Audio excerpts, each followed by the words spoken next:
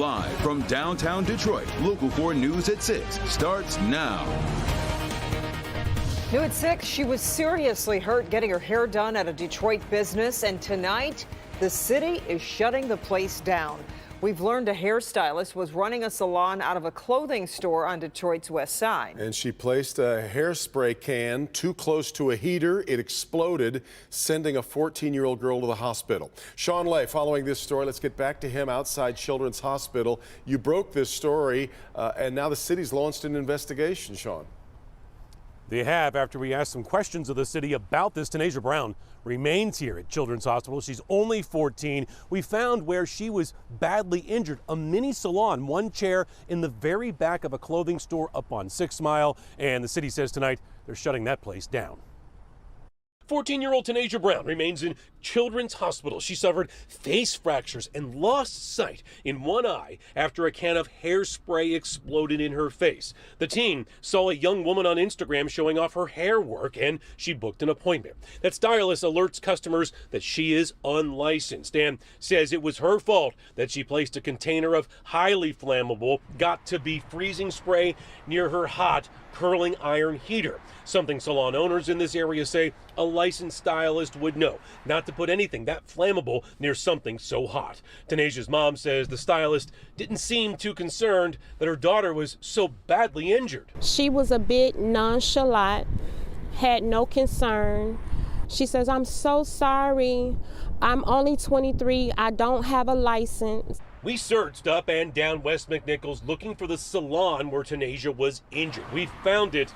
It's not a salon. It's in the back corner of a clothing store customers tell me the stylist's mother owns. And since we broke the story yesterday, a mom who took her daughter to the same stylist before her prom says the stylist allegedly offered her daughter marijuana and alcohol. Tanisha's mom says her daughter is now speaking more in the hospital, and today she told her the stylist was allegedly smoking marijuana when she arrived and allegedly offered it to her. David Bell is the director of the city's Building Safety and Engineering Department. He tells me tonight, quote, "We are currently investigating this matter. For now, we believe it's best to close the facility and defer to the state's investigation into the licensing of the cosmetologist." We asked the clothing store owner and the stylist to speak with us again today. Devin and Kimberly, no response. Back to you. We'll stay on it, though. All right, Sean. Now to a parent facing charges for making a threat at a Plymouth elementary school. Police say he was overheard threatening to go on a shooting spree at Smith Elementary School near Ann Arbor and Sheldon Roads. Victor Williams is there live with today's developments. Victor. Yes, Devin and Kimberly, this person was just released after being given a bond worth $1 million. Parents have been updated every step of the way because of the school and the district. But I am concerned for the safety of all children, whether it's during school hours or at the after-school program. Stephen Constantine Furnamos is facing charges for allegedly making threats against Smith Elementary School in Plymouth while trying to pick up his child from an after-school program. My understanding is that the individual has been banned from the premises of the school. The incident from November 28th has landed the father in hot water ever since. We're told back on that day, Furnamos allegedly became irritated that his child was nowhere to be found for the 6 p.m. pickup, turning his frustration towards the school.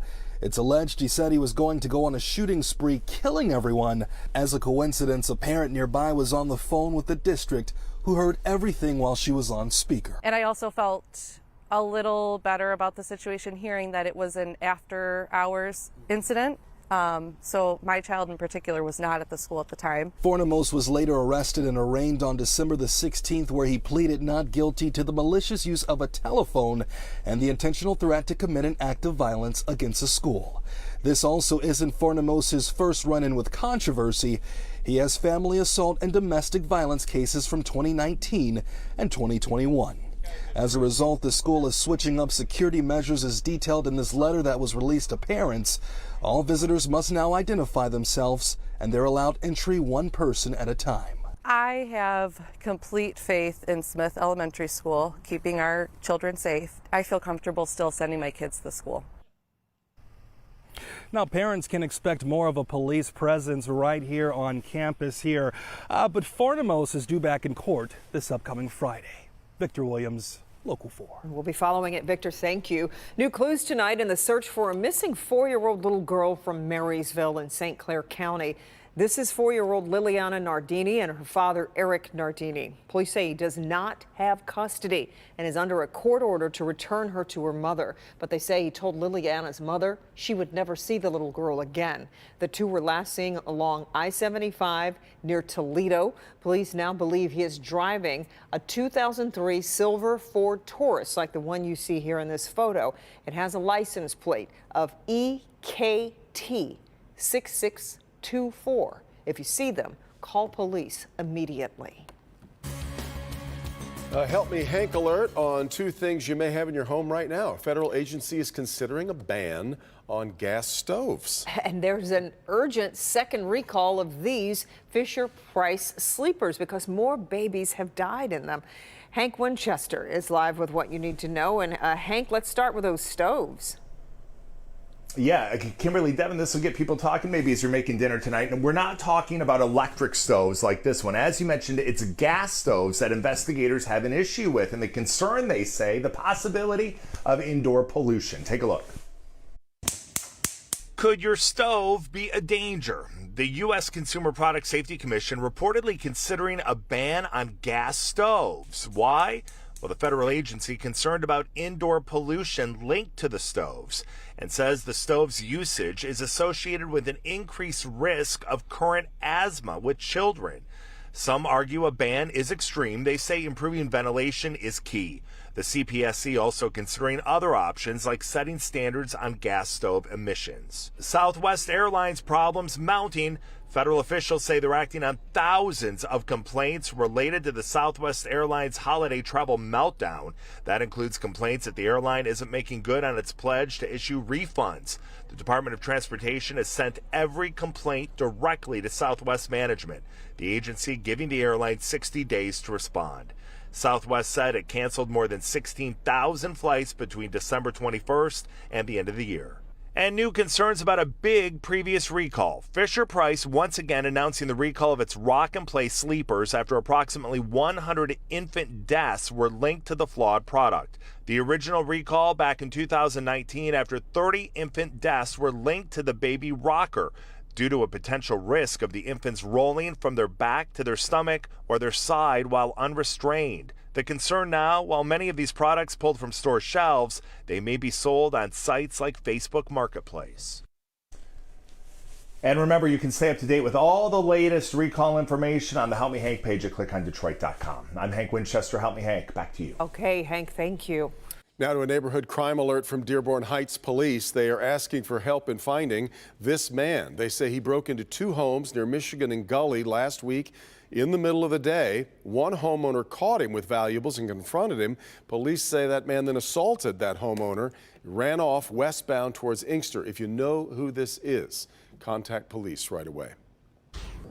Okay, well, let's get our first look at your forewarned weather forecast on a dry, beautiful night, though, from that Lovely, picture. because you can't see the cloud cover there. But things are changing. Kim's here to track it all. Always that glass half full here, isn't it? It is a pretty skyline, though, tonight. We do have some clouds. Temperatures are in the upper 30s in Detroit, Howell 37, Pontiac 36, mid-30s in Adrian. Temperatures really haven't changed a whole lot in the last hour. We've got upper 30s pretty much everywhere you go. Now, the weather story for the next couple of days. We have a rain-snow mix that will return for the end of the week. I'll talk about that in the forecast, plus cooler weather for the weekend. And then next week, another storm system moves in, but some warmer temperatures as well. Daytime tomorrow, lots of clouds, maybe a little drizzle midday, and then in the afternoon, it's much like today. You might get a break or two of the sunshine, but clouds will definitely be the rule tomorrow with highs back into the low 40s. Take a look at the temperature trend over the next several days. We're up and then we're back down again for the weekend, and then we go way up above normal by next week. I'll talk about your extended forecast coming up, but you can always take a look at the 10-day forecast by downloading the free Forewarn Weather app. You can get interactive radar right in the palm of your hand. Just go to your favorite app store, type in WDIV. Again, the Forewarn Weather app is free. Kim, it appears 911 services are being restored now across the state. We promise to keep you updated. Several areas reported outages late this afternoon. If you still cannot get through to your local police department by dialing 911, just keep in mind that there have been some problems today and you might need to contact them directly.